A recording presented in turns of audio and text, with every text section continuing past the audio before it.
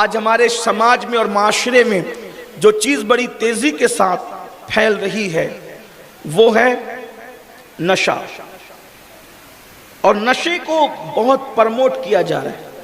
اچھا، جو نشہ کرتے ہیں وہ جلسوں میں آتے ہی نہیں ہیں، اس لیے کہ اس وقت تو وہ نشے میں ہوں گے، پھر نشے پہ تقریر کرنے کا فائدہ کیا ہے؟ تو یاد رکھیں، ویکسین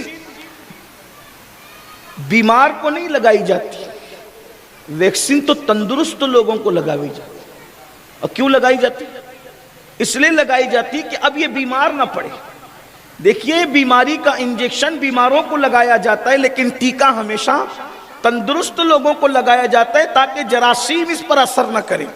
جیسے کہ ہمارے ملک میں جب کووڈ پھیلا تو جو تندرست لوگ تھے ان کو بھی ٹیکہ لگایا نا، ویکسین، اور وجہ تاکہ جراثیم اس پر اثر نہ کرے۔ تو یہ حدیث کا ویکسین، یہ قرآن کا ویکسین، یہ خشیت ربانی کا یہ عظیم تر طاقت اور قوت والا اللہ رب العزت کا فرمان اس لیے پیش کیا جاتا ہے تاکہ معاشرے کے گناہوں کے جراثیم ہمارے اوپر اثر نہ کرے، اور جب کوئی ہمیں نشے کی طرف لے جانے کی کوشش کرے تو اس وقت ہم اپنے دامن کو بچا سکیں۔ نشہ ہمارے مسلم معاشرے میں پرموٹ کیا جا رہا ہے سازش کے تحت۔ اس پر بڑی تفصیلی گفتگو ہو گئی، میں کوئی تفصیلی گفتگو نہیں کروں گا، صرف اشارے دوں گا۔ ویسے وقت اتنا نہیں ہے کہ کوئی کسی بھی عنوان پہ تفصیلی گفتگو ہو سکے۔ آپ سے صرف 2-3 باتیں کرنی ہے، اور خواتین کو آج بہت توجہ سے گفتگو سننا ہے، آپ سب کو بھی سننا ہے، اس لیے کہ اگر آپ معاشرے کو بدلنا چاہتے ہیں تو آپ کو خود دین کا سپاہی بننا پڑے گا۔ آپ کو خود یہ نہیں کہ علماء تقریر کر کے چلے گئے، اپنی ذمہ داری ختم ہو گئی، نہیں، اس لیے کہ ہمارے سماج کو گھن کی طرح چاٹا جا رہا ہے۔ مسلم معاشرے کو کتنے چیلنجز ہیں، اور کس قدر مسلم معاشرے کو کتنے محاذ پر مقابلے ہیں، اور ہم ہیں کہ بالکل خواب خرگوش میں سوئے ہوئے ہیں۔ ہمیں احساس ہی نہیں کہ ہمارے سماج کے ساتھ کیا ہو رہا ہے، معاشرے کے ساتھ کیا ہو رہا ہے، ہماری آنے والی نسلوں کو تباہ اور برباد کرنے کے لیے منصوبے کیا ہے۔ اہل سنت کے امام نے 1 صدی پہلے لوگوں کو بیدار کیا، ہر اعتبار سے، تمام چیلنجز کے اعتبار سے۔ سونا جنگل، رات اندھیری، چائے بدلی کالی ہے، سونے والوں جاگتے رہیو، چوروں کی رکھوالی ہے۔ اللہ کے بندو، ہوشیار رہو، بیدار رہو۔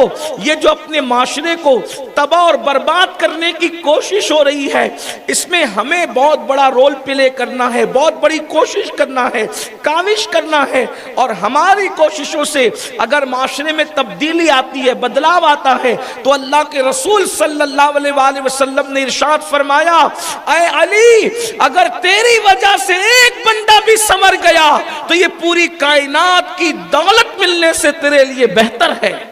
ایک بندے کو سنوار دینا اتنا قیمتی ہے، اس لیے اپنے سینے میں درد مند دل رکھو۔ یہ نہیں کہ کسی کا بیٹا نشہ کر رہا ہو تو ہم سوچیں کہ یہ میرا بیٹا تو نہیں ہے۔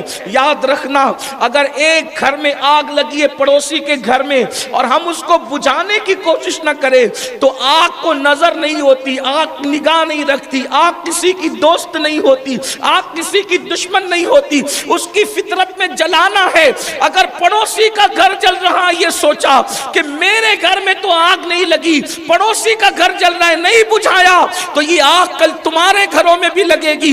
دوسروں کے بچوں کو، بچیوں کو بگڑتا دیکھ کر آنکھ بند کرنے والے سخت دل لوگوں، اگر آج تم نے ان بچوں کو سنوارنے کی کوشش نہیں کی، ان پہ ایکشن نہیں لیا، ان کو سدھارنے کے لیے کاوش نہیں کی، تو ایک نہ ایک دن تمہارے بچے بھی اس ذلت کا شکار ہوں گے، اس گناہ کا شکار ہوں گے، اس برائی کا شکار ہوں گے۔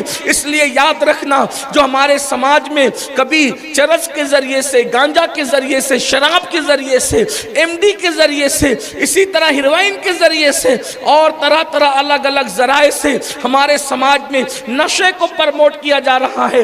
اور نشے کی نحوست تو یہ ہے کہ انسان جب خود مدہوش ہوگا، کتا گولی کے ذریعے سے، جس کو ہمارے مالیگاؤں کی زبان میں کتا گولی کہتے ہیں، کتا گولی کے ذریعے سے اللہ اکبر، بچے قاتل بن رہے ہیں، بچے چور بن رہے ہیں، بچے ڈکیتی کی طرف جا رہے ہیں، زنا کی طرف جا رہے ہیں، بدی کی طرف جا رہے ہیں، کیونکہ اللہ کے رسول صلی اللہ علیہ وآلہ وسلم نے نشے کو ام الخبائث قرار دیا ہے، یہ ساری برائیوں کی جڑ ہے۔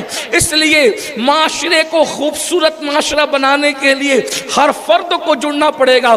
یہ نہیں صبح اٹھے کام پر گئے، شام کو آئے، آ کر کے دوستوں میں مستی مذاق کی، ہوٹلوں پہ بیٹھ کر اخبار چاٹے، ایک چائے پی اور آ کر کے سو گئے۔ یاد رکھنا اس سے اپنی نسلیں برباد ہوگی۔